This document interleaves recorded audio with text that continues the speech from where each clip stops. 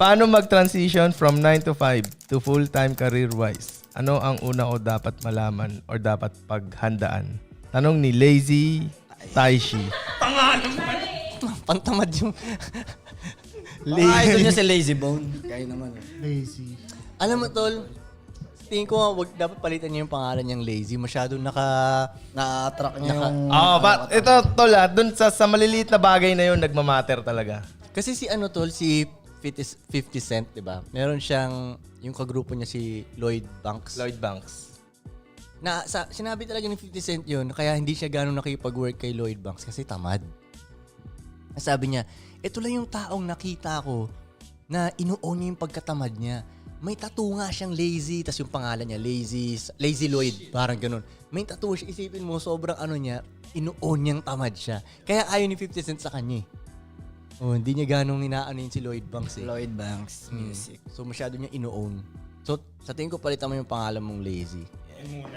Yun muna. Ay, yun ang pinakasimula. Dun, kasi tinatanong niya saan siya, ano ang una ko dapat malaman. Ang una mo dapat malaman, palitan mo yung pangalan mo. Okay, Lazy. kunyari na palitan na yung pangalan niya, ano na ang next move niya?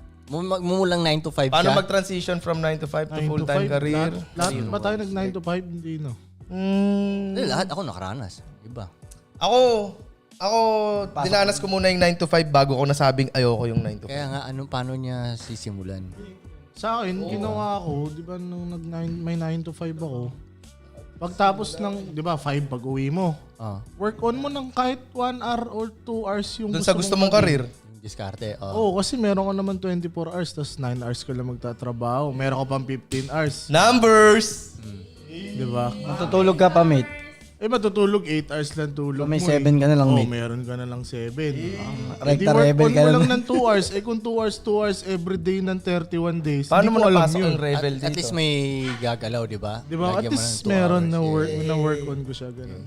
So, ako sa tingin ko, yun nga, depende din sa tao. Kasi may mga tao na kaya nila na i-quit talaga tong 9 to 5 nila at mag-focus na ng ganun talaga. May mga ganun tao. Pero kung hindi ka ganung klaseng tao, huwag mo nang ipilit.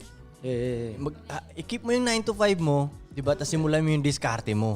Tapos huwag mo i-quit yung 9 to 5 mo hanggat hindi pa kaya nung diskarte mo buhayin yung sarili. Hindi ka pa sureball doon sa diskarte na yun. Hindi naman masama ang 9 to 5 eh. Kaya nga. wala, hindi Kasi yung sa akin kasi quit totally yung akin eh. Ginawa ko tapos wala na akong ganun tapos bilang diskarte. Pre, ako May nga, mga hindi ganun tao na kayang gawin yun. Di ba? May mga ganun. Pero Tingin ko pag wala ka masyadong responsibilidad pa. exactly. Magandang Kasi diskarte yun. Out ka na agad. nung ginawa ko yun, wala naman akong responsibility talaga. Wala talaga ako kahit Bills, anong binabayaran. wala. Wala akong Oo. bills, walang anak. Wala talaga eh. So kung ganun yung sitwasyon, Kaya- pwede ka nun. Out ka agad. Boom, cold. Boom, out ka na. Tapos diskarte ka na. Kasi syempre, gigil na gigil ka ngayon kumita sa diskarte mo. Pero kung yung sitwasyon mo, kailangan mo may bills, may anak ka, kumbaga kailangan mo mag-survive. Gamitin mo yung 9 to 5 as survival. Tapos, tama si Ace, merong sureball to Ace 4 hours eh. 4 hours kaya mo, sure yun, 8 hours sa work, 8 hours tulog, yung 8 hours nandun yung biyahe mo, ligo, kain. May matitirang 4 yan, sure yan. 4, pinakamababa siguro 2 to 3. Enough yun kung araw-arawin mo.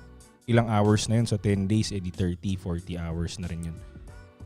Enough yun para bumuo ng side hustle. Pag yung net na kinikita mo doon, dumoble na doon ang sweldo mo, quit na yun. Yun na yun, sinyalis na talaga yun. Na doble mo na yung kinikita mo doon, mag full time ka na doon. Ganun nangyari sa kanya. Uy, nag times 3. Bye-bye.